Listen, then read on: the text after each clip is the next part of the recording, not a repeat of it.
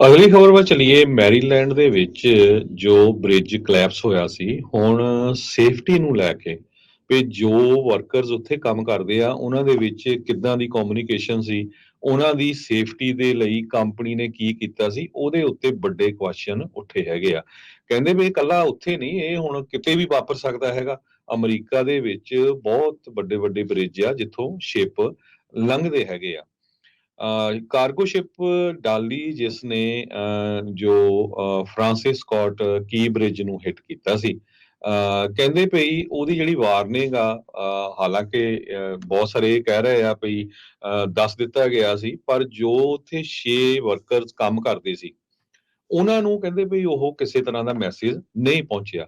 ਤੇ ਸਭ ਤੋਂ ਹੈਰਾਨੀ ਵਾਲੀ ਗੱਲ ਇਹ ਆ ਵੀ ਜਦੋਂ ਇਦਾਂ ਦੇ ਬ੍ਰਿਜ ਦੇ ਉੱਤੇ ਵਰਕਰਸ ਕੰਮ ਕਰਦੇ ਆ ਤੇ ਉਸ ਕੰਪਨੀ ਨੂੰ, ਜਿਹੜੀ ਕੰਪਨੀ ਦੇ ਉਹ ਕੰਮ ਕਰਦੇ ਆ, ਉਹਨਾਂ ਨੂੰ ਇੱਕ ਬੋਟ ਜਿਹੜੀ ਆ ਉਹ ਉੱਥੇ ਸਮੁੰਦਰ ਦੇ ਵਿੱਚ ਸੇਮ ਟਾਈਮ ਤੇ ਰੱਖਣੀ ਪੈਂਦੀ ਆ ਵੀ ਇਨ ਕੇਸ ਕੋਈ ਡਿੱਗ ਪਿਆ ਜਾਂ ਛਾਲ ਮਾਰਤੀ ਜਾਂ ਕਿਸੇ ਤਰ੍ਹਾਂ ਦਾ ਵੀ ਇਹ ਨਹੀਂ ਕੋਈ ਬੈਡ ਥਿੰਗ ਹੈਪਨ ਹੋਈ ਤੇ ਉਹ ਜਿਹੜੀ ਬੋਟ ਆ ਉਹਦੇ ਵਿੱਚ ਜਿਹੜੇ ਵਰਕਰਸ ਆ ਉਹ ਉਹਨਾਂ ਨੂੰ ਬਚਾ ਸਕਦੇ ਹੈਗੇ ਆ।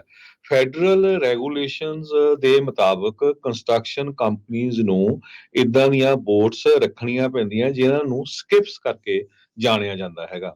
ਐਸੋਸੀਏਟਡ ਪ੍ਰੈਸ ਨੇ ਇਹ ਦੱਸਿਆ ਵੀ ਇਸ ਕੰਪਨੀ ਜੋ ਬਰਾਨਰ ਬਿਲਡਰਸ ਕਰਕੇ ਆ, ਉਹਨਾਂ ਦੀ ਉੱਥੇ ਕੋਈ ਰੈਸਕਿਊ ਬੋਟ ਹੀ ਹੈ ਨਹੀਂ ਸੀ ਉਸ ਟਾਈਮ ਦੇ ਉੱਤੇ।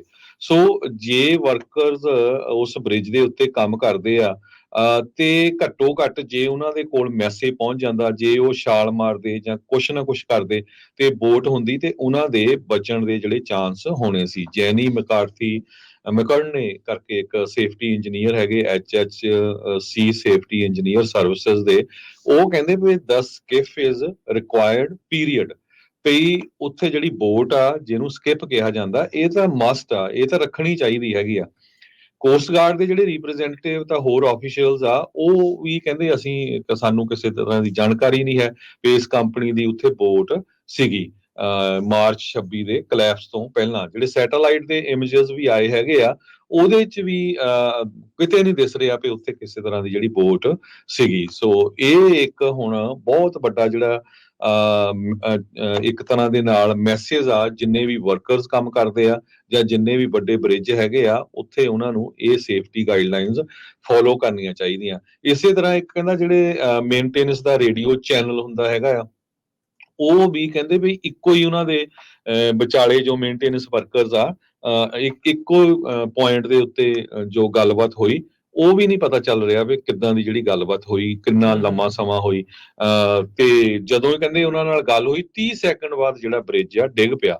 ਹਾਲਾਂਕਿ ਜੋ ਖਬਰਾਂ ਆਈਆਂ ਸੀ ਵੀ 1.5 ਮਿੰਟ ਪਹਿਲਾਂ ਉਹਨਾਂ ਨੇ ਇਨਫੋਰਮ ਕਰ ਦਿੱਤਾ ਸੀ ਉੱਥੇ 911 ਤੇ ਜਾਂ ਜੋ ਵੀ ਜਿਹੜੀਆਂ ਸੇਫਟੀ ਦੀਆਂ ਆਰਗੇਨਾਈਜੇਸ਼ਨਸ ਆ ਵੀ ਸਾਡਾ ਜਹਾਜ਼ ਹਿੱਟ ਕਰ ਸਕਦਾ ਹੈਗਾ। ਸੋ 1.5 ਮਿੰਟ ਦਾ ਸਮਾਂ ਬਹੁਤ ਹੁੰਦਾ ਆ ਕਿਸੇ ਨੂੰ ਛਾਲ ਮਾਰਨ ਦਾ, ਥੱਲੇ ਬੋਟ ਹੋਵੇ, ਬੋਟ ਦੇ ਉਹਨਾਂ ਨੂੰ ਪਿਕ ਕਰਨ ਦਾ ਜਾਂ ਉਹਨਾਂ ਨੂੰ ਕੱਢਣ ਦਾ।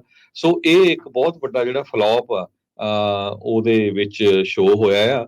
ਤੇ ਹੁਣ ਆਕੂਪੇਸ਼ਨਲ ਸੇਫਟੀ ਤੇ ਹੈਲਥ ਐਡਮਿਨਿਸਟ੍ਰੇਸ਼ਨ ਦੇ ਜਿਹੜੇ ਰੈਗੂਲੇਸ਼ਨਸ ਆ ਉਹ ਕਹਿੰਦੇ ਪਈ ਕੰਸਟਰਕਸ਼ਨ ਕੰਪਨੀਆਂ ਜਿਹੜੀਆਂ ਕੰਮ ਕਰਦੀਆਂ ਆ ਵਾਟਰਵੇਜ਼ ਦੇ ਉੱਤੇ ਉਹਨਾਂ ਨੂੰ ਘੱਟੋ ਘੱਟ ਇੱਕ ਸੇਫਟੀ ਬੋਟ ਅਵੇਲੇਬਲ ਹੋਣੀ ਚਾਹੀਦੀ ਹੈਗੀ ਆ। ਇਹ ਕਲੀਅਰ ਓਸ਼ਾ ਦੇ ਜੋ ਰੈਗੂਲੇਸ਼ਨਸ ਹੈਗੇ ਆ। ਸੋ ਹੁਣ ਇਸ ਕੰਪਨੀ ਦੇ ਉੱਤੇ ਵੀ ਮੈਨੂੰ ਲੱਗਦਾ ਵੀ ਓਸ਼ਾ ਵਾਲੇ ਕਾਫੀ ਪਿੱਛੇ ਪੈਣਗੇ ਤੇ ਇਹਨਾਂ ਦੇ ਉੱਤੇ ਜਿਹੜਾ ਲਾ ਸੂਟ ਆ ਉਹ ਵੀ ਕਾਫੀ ਵੱਡਾ ਹੋਊਗਾ। ਪਰਿਵਾਰਕ ਮੈਂਬਰ ਵੀ ਕਰ ਸਕਦੇ ਆ, ਦੂਜੇ ਵੀ ਕਰਨਗੇ।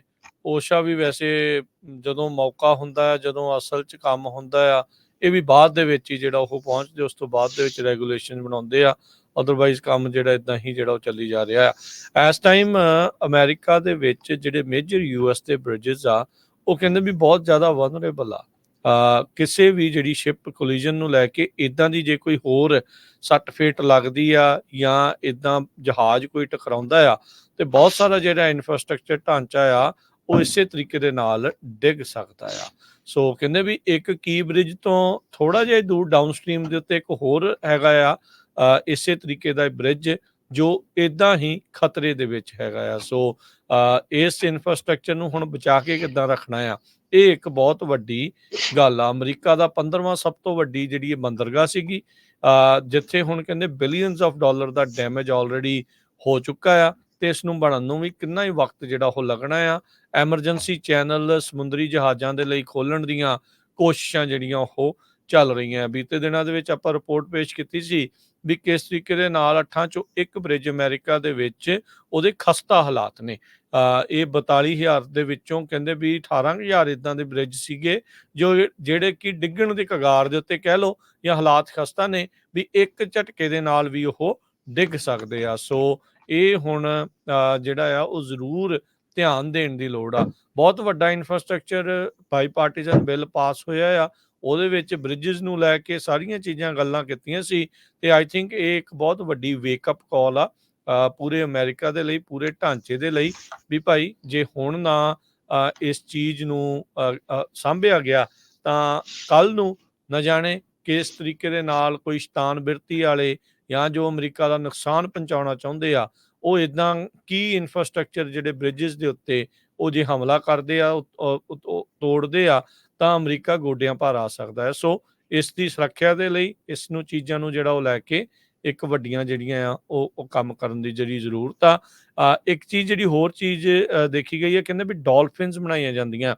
ਕਈ ਆਪਾਂ ਬ੍ਰਿਜ ਤੋਂ ਜਦੋਂ ਲੰਘਦੇ ਆ ਆਲੇ ਦੁਆਲੇ ਪਿੱਲਰ ਜੇ ਹੁੰਦੇ ਆ ਵੀ ਉਹਦੇ ਉੱਤੇ ਖੜਾ ਕੁਛ ਨਹੀਂ ਆ, ਪਰ ਉਹ ਪਿੱਲਰ ਜੇ ਬਣਾਏ ਆ ਉਹ ਕਾਲਮਸ ਤੋਂ ਮੋਹਰੇ ਜਿਹੜੇ ਇਸੇ ਲਈ ਬਣਾਏ ਜਾਂਦੇ ਆ ਵੀ ਰੱਬ ਨਾ ਕਰੇ ਵੀ ਕੋਈ ਇਦਾਂ ਸ਼ਿਪ ਆ ਰਿਹਾ ਹੋਵੇ ਤਾਂ ਉਹਨਾਂ ਦੇ ਵਿੱਚ ਵੱਜ ਕੇ ਜਿਹੜਾ ਆ ਉਹ ਰੁਕ ਜਾਵੇ ਤੇ ਜਿਹੜਾ ਪੁੱਲ ਆ ਉਸ ਨੂੰ ਨੁਕਸਾਨ ਨਾ ਹੋਵੇ। ਸੋ ਉਹ ਪ੍ਰੋਟੈਕਸ਼ਨ ਦੇ ਲਈ ਹੁੰਦੇ ਆ। ਸੋ ਬਹੁਤ ਸਾਰੀਆਂ ਵਲਨਰੇਬਿਲਟੀਜ਼ ਆ, ਹੋ ਸਕਦਾ ਵੀ ਆਉਂਦੇ ਸਮੇਂ ਦੇ ਵਿੱਚ ਇਹਨਾਂ ਬ੍ਰਿਜਸ ਦੇ ਇਰਦ ਗਿਰਦ ਜਿਹੜੇ ਕਈ ਮੇਨ ਥਾਵਾਂ ਤੇ ਆ ਉਹਨਾਂ ਨੂੰ ਇਦਾਂ ਪ੍ਰੋਟੈਕਟ ਕਰਨ ਦੇ ਲਈ, ਬਚਾਉਣ ਦੇ ਲਈ ਜਿਹੜੇ ਕਦਮ ਆ ਉਹ ਚੱਕਣਗੇ। ਬੇ ਬ੍ਰਿਜ ਇੱਥੇ ਅਮਰੀਕਾ ਕੈਲੀਫੋਰਨੀਆ ਦੇ ਵਿੱਚ ਬੜਾ ਅਹਿਮ ਆ। ਇਸੇ ਤਰੀਕੇ ਨਾਲ ਗੋਲਡਨ ਗੇਟ ਵਾਲਾ ਆ ਉਹ ਬੜਾ ਅਹਿਮ ਆ। ਸੋ ਉਸ ਨੂੰ ਲੈ ਕੇ ਵੀ ਜਿਹੜੀਆਂ ਲੋਕਾਂ ਦੇ ਸਵਾਲ ਹੋਏ ਸੀ, ਪਰ ਕੈਲੀਫੋਰਨੀਆ ਵਾਲੇ ਭਰੋਸਾ ਦਵਾ ਰਹੇ ਆ ਵੀ ਨਹੀਂ ਇਦਾਂ ਦਾ ਕੋਈ ਵੀ ਖਤਰਾ ਨਹੀਂ ਹੈਗਾ।